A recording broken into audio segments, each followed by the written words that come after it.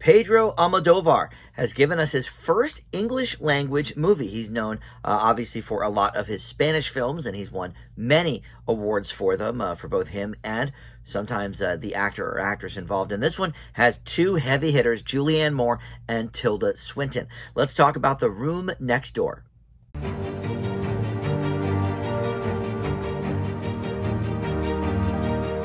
Hey guys, Dan here. This is Dan Reviews It. Welcome to my movie review for The Room Next Door. This is the English language debut for Pedro Almodóvar, and like most of his films, he not only directed this but wrote it as well. It is based on a book, so he just sort of adapted that for the screen. But yeah, no Oscar nominations this time around for this film. They just announced the Oscar nominations, and this one got left off. But many of his films have been Oscar nominated, either for the leading performer, or sometimes the screenplay, or sometimes for foreign film, or what have you. And he's won a couple of them over the years. Most recently, he had Penelope Cruz nominated for Parallel Mothers, and he's worked extensively with Penelope Cruz, and also Antonio Banderas shows up quite a bit in his films, but neither of them in this one. But two heavy hitter Oscar winners themselves, Tilda Swinton and Julianne Moore, starring in this. So before we launch any further into the specifics of the movie, let me welcome you back to the channel. If you are one of my Dan Reviews It subscribers already, thank you so much for that. Love having you guys return to the channel. But if you're not, please consider subscribing and hit that notification bell too, so you get the alerts for all my video drops. Just about every day, something new goes up, sometimes twice in a day, depending on what I've seen that week or whatever. So always a lot to check out here on the channel. All right, so The Room Next Door is based on What Are You Going Through?, which is a novel by Sigrid Nunez, and essentially we have these two friends who are, have become sort of distant to each other. Tilda Swinton plays Martha, and Julianne Moore plays Ingrid. And they worked together years and years ago as journalists at the same magazine, but they meet again when the Julianne Moore character Ingrid is doing a book signing, and one of their mutual friends says, "Hey, have you heard about Martha?" And she learns that Martha has been in the hospital with cancer that's currently at stage 3.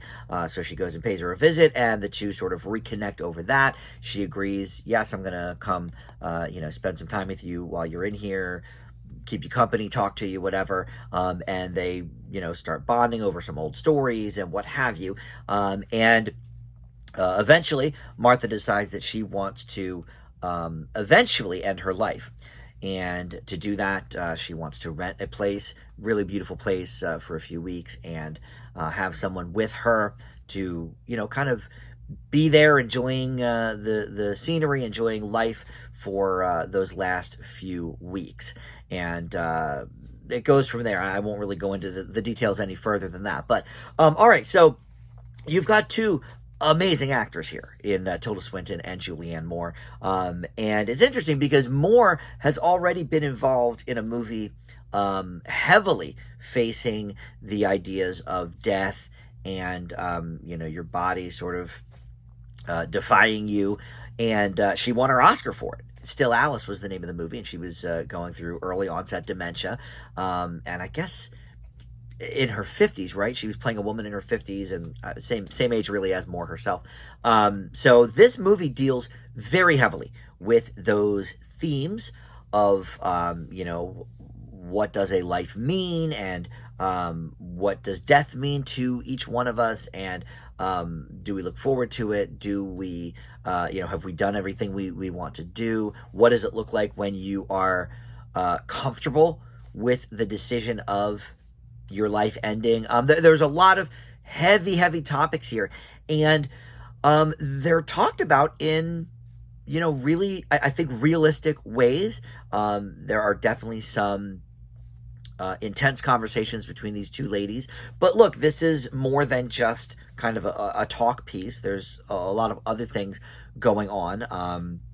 There's a side character played by John Turturro, who comes in and is currently seeing Ingrid, but may have a little bit of a past as well with Martha. And in telling some of her stories, some of Martha's stories early on, we get a better understanding of her character.